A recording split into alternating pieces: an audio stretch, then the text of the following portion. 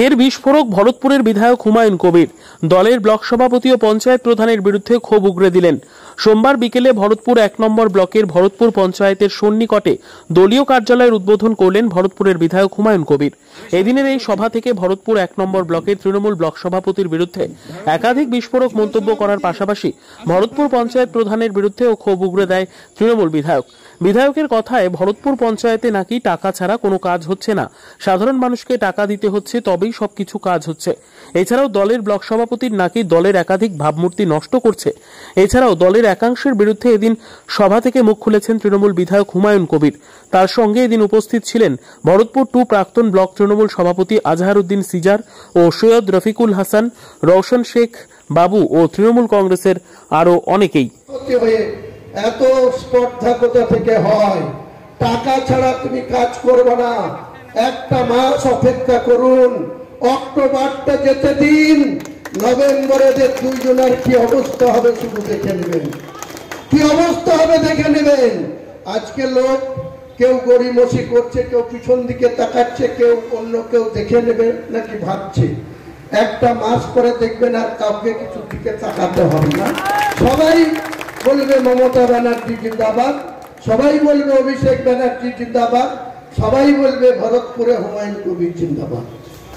আমি কলকাতায় সেদিন একটা ছবি দেখছিলাম এখানকার ব্লক সভাপতি। আমার যা দুঃখ হলো সেই ছবি দেখে। যদি সভাপতি চ্যালেঞ্জ করেন তাহলে এত লোকের সামনে আনবো না ছবিটা, একদিন সাংবাদিক বন্ধুদের দিয়ে দেবো, এরা ভাইরাল করে দেবে যে একটা আন্ডার প্যান্ট পরে 2 কানে হাত দিয়ে উঠবাস করছে কলকাতায়। কি বাহাদুর! তাকে আমাদের এখানে ব্লক সভাপতি রেখে দিয়েছে আমার দল। আমার দলকে বলেছি, দলের নেতৃত্বকে বলেছি যে এই ধরনের কুকীর্তিওয়ালা লোককে ভরতপুরের মানুষের মাথার উপরে বসিয়ে রেখেন না। কোনদিন ভরতপুরের মানুষকেই ওই আন্ডার প্যান্ট পরেই ছাড়বে, সেটা যেন আমাদের দেখতে না হয়। তো এই হচ্ছে এদের কার্যকলাপ। সার্টিফিকেট, কোন একটা ক্যারেক্টার সার্টিফিকেট নিতে গেলে বলছে টাকা ছাড়া সার্টিফিকেট হবে না। পঞ্চায়েত ইলেকশনের রেজাল্টের দিনে জুতোটা কে খেয়েছে আপনারা বলুন?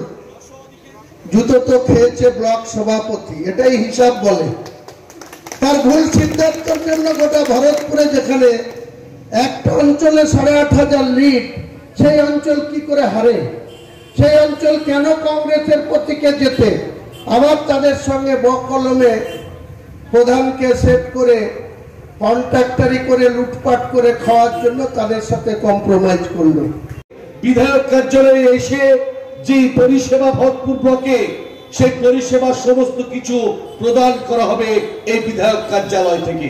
যে উপলব্ধি করছেন এই বাংলায় একটা শান্তির পরিবেশকে বিঘ্নিত করার জন্য ভরতপুর 1 ব্লকে আমাদের বিধায়ক কার্যালয় ছিল এর আগে। ওই পঞ্চায়েতের ইলেকশনের টাইমে মনোমালিন্য হওয়ায় তখন থেকে কার্যালয়টা বন্ধ ছিল, প্রায় 1 বছর হতে চলল। তো কার্যালয়টা না থাকাতে এখানকার ব্লক সভাপতি তার কতিপয় লোককে নিয়ে মানুষের সঙ্গে যে সুস্থ পরিষেবা দেওয়া সেটা ঠিকমতো দিতে ব্যর্থ বা দিচ্ছে না। সব কিছুতে পক্ষপাতমূলক সিদ্ধান্ত নিচ্ছে।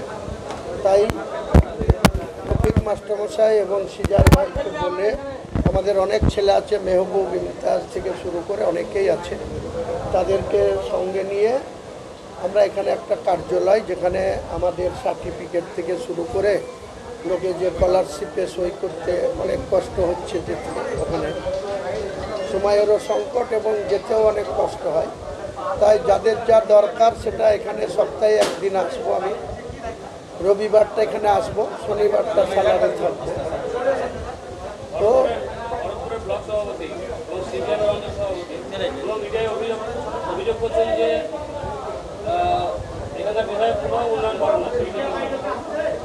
ওর মতো লোকদের উন্নয়ন কি করি না করি, এটা ওর মতো লোকের কোনো জবাব দেব না। ওকে জিজ্ঞেস করেন যে এই যে এখানে অফিস পাড়া সামনে থেকে তালগ্রামে শীতগ্রামের রাস্তা 7.5 কোটি টাকা ওর কোন বাবা এনে দিচ্ছে? ওর বাবা এনে দিচ্ছে না কাঁদিতে যে বাবা বসে আছে সে এনে দিচ্ছে, না হুমায়ুন কবির এনে দিচ্ছে? ওর কি